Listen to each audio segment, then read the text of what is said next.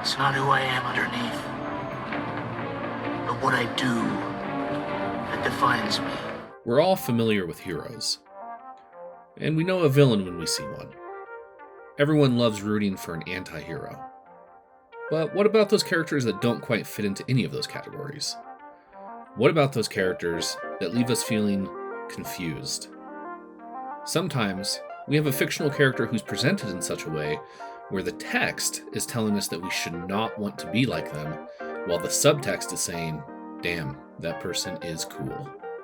And that brings me to the character of... My name is... Alfie!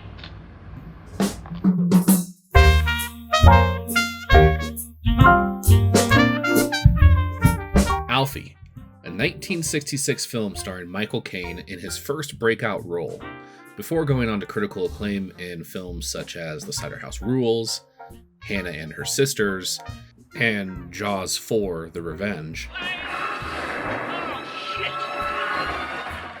Follows the tribulations of a young British Lothario. We, as the audience, are wrapped up in Alfie's trail of misdeeds as he proceeds to manipulate, gaslight, and emotionally and physically abuse pretty much every woman who has the misfortune of crossing his path. That is the plot of the movie. We accompany Alfie as he has an existential crisis, as he tries to be a dad from a distance, as he lies and cheats on his friends, and in the emotional climax of the film, as he confronts the reality of his behaviors, leading to an illegal abortion. All the while, we as the audience enjoy the ride from Alfie's point of view, as he regularly breaks the fourth wall and talks directly to us. Alfie is, I think, an interesting example where the subtext of the film acts to subvert the text, and does so in a way that leaves the film with a harmful and deeply sexist ethos. Let's take a look at what I mean by that. The text is usually considered the top layer of what we're consuming. It's the words on the page, the dialogue spoke, the facts as they're laid out. Here, you can see that Alfie is walking and communicating to the audience. That's the text. Subtext is what's going on beneath the surface. It's what's implied, both intentionally and unintentionally. Scholar William Beard defines subtext as the level of hidden, or at least not so obvious meaning, consisting of secret, unacknowledged signals to the audience, which function to interpret or cast new light on the text. These signals may occur in the acting, in the visual or verbal emphasis given to things by the director, in unarticulated patterns in the scenario, or in a symbolic treatment of objects, places, or people. Subtext is, in short, what's being said without actually being said. Importantly, the ability to read subtext rests completely on our personal and social values, our social grammars, our education, our privilege, and our ability to pick up on the subtext can and often does occur subliminally. So, in looking at Alfie, we can see from the end of the movie that we as the audience are meant to perceive Alfie's behaviors as empty and shallow. But I ain't got me peace of mind. And if you ain't got that, you ain't got nothing. That's what the text of the scene is telling us. But what happens when we look at the movie as a whole? What happens when we look at how Alfie is portrayed? I mentioned earlier that the viewers are wrapped up in Alfie's point of view, since the film uses a fourth wall breaking technique where Alfie looks at the camera and directly addresses the audience. This is an early example of this fourth wall breaking, something that was further popularized by the likes of Woody Allen, Monty Python, Well, that's the end of the film. Now here's the meaning of life. and John Hughes. And now it's pretty much everywhere, from Scorsese to superhero flicks. It was pretty unheard of when Alfie was released. Filmmakers often choose to use this device as a way to share exposition and quickly make the characters relatable. This can be particularly effective in allowing some good old rope-a-dope through an unreliable narrator. And this works so well precisely because we are limited to the character's point of view. The wall breaking holds our hands as viewers, guides us and circumscribes our perspective. We are inside the character's head, thinking what they're thinking, feeling what they're feeling. What the hell am I looking at? When does this happen in the movie? So, right from the start, we're put in Alfie's shoes. He even uses "we" when talking to the audience. This, buoyed by Kane's almost supernaturally charming performance, causes us to immediately like Alfie, or at minimum, to want to like him. Other formal elements of the film draw us into Alfie's perspective. We are introduced to Alfie's world as one that is careless, untroubled, self-centered, and fun. The sound design is jazzy and lighthearted. We are met with meta jokes about how we won't get any sort of title credits. I suppose you think you're going to see the bleeding titles now? Well, you're not, so you can all relax. Even having Alfie comment on the film's X rating. Next thing, they'll be taking pictures of what you're thinking. There'll be some X certificates knocking around then, eh? Alfie talks about what we are about to see and hear from other characters, and that is indeed what happens. The camera follows his movements and his gaze. The opening scene involves Alfie telling us how much good he's bringing into the lives of women. In fact, let's look a bit closer at this opening scene. Here, Alfie assures us of his good deed. His actions are improving the sad and empty lives of women. While he tells us this, charming us all along, he's referring to women as it and birds. Here, just listen to it. It was dead glum when I met it tonight. I listened to all its problems, then I got it laughing. It will go home happy. It's disturbing, dehumanizing language, but it's unclear how we're supposed to feel about it based on the broader context of the film. After all, he feels so likable. As the film goes on, we are privy to an onslaught of Alfie's sexual exploits. Some of them are clearly framed to be quite comical, like when he's having sex with a nurse right next to his roommate and his wife, with whom he will soon initiate the adulterous affair that ends in abortion. We follow along with Alfie as he seduces woman after woman, all while maintaining a laid-back attitude and a general sense of disconnect from the consequences of his behaviors.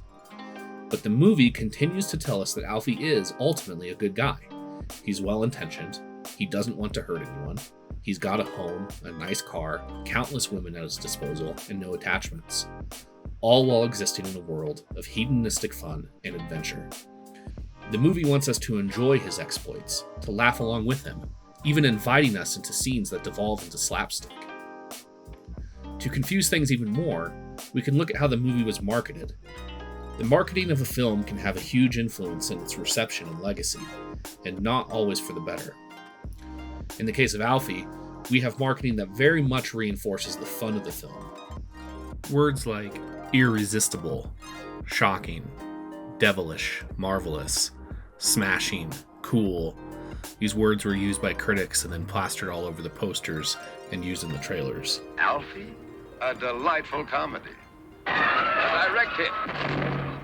Presented in the best of humor and with complete frankness, says the New York Post. Michael Caine is superb, says the Saturday Review. Alfie, you might say, has it made? Moviegoers were not led to believe that this was a film with a moral message at its center. No, we're in for a good time, a silly time, no consequences. Now, as mentioned, this may or may not have been the intentions of the filmmakers, and it almost certainly wasn't given the gravity and emotional intensity of the third act. Nonetheless, Alfie went on to be a character considered emblematic of the swinging 60s. He became iconic, not as someone who acts as a warning against such behaviors, but a figure of aspiration. Men want to be him, and women want to be with him. He was a precursor to other womanizing heroes, such as James Bond. Perhaps in no small coincidence, the director of Alfie, Lewis Gilbert, went on to direct multiple early James Bond films. Regardless of the supposed moral of the tale, Alfie and characters like him went on to great popularity with men in particular. They had sex appeal, power, charm, status, all the things that our society tells us a man is supposed to have. Whatever philosophical punch the audience was supposed to feel at the end of Alfie was completely absorbed by the film's broader legacy. This is an issue that continues to crop up in a lot of contemporary films. The examples I'm about to provide are all ones that have in common the sensibilities of Alfie. They're all white men who participate in extremely problematic, misogynistic, or violent behavior. They all exist in a world where the text tells us that his behaviors are non-aspirational, corrupt, morally wrong.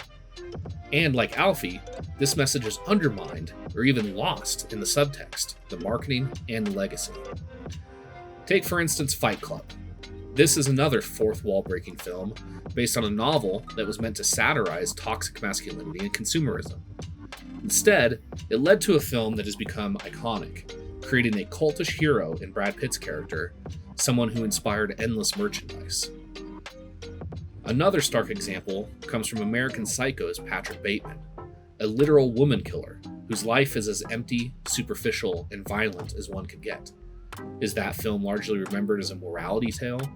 A warning against misogyny and greed? No, it's inspired people to want to dress like him and to own his apartment. Martin Scorsese often crafts characters that exist in this liminal state. Leo DiCaprio's character in The Wolf of Wall Street, based on a real person, partakes in revolting and vicious actions, yet plenty of filmgoers continue to view him as an American hero. There are countless other examples. In some of these cases, the creators would be or are horrified at the ironic and misunderstood legacy of their characters. Dan Harmon, the creator of the show Rick and Morty, has on multiple occasions spoken out against the show's fan base for emulating and revering the toxic and harmful behaviors of the show's main character.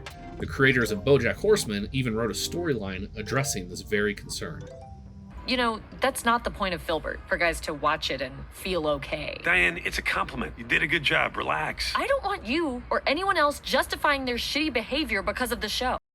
Again, regardless of the intentions of the creators, sometimes the subtext and broader social context can result in some ultimate ironies.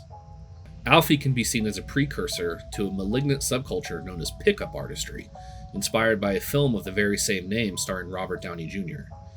Alfie's dehumanizing attitude towards women is not a harmless aberration.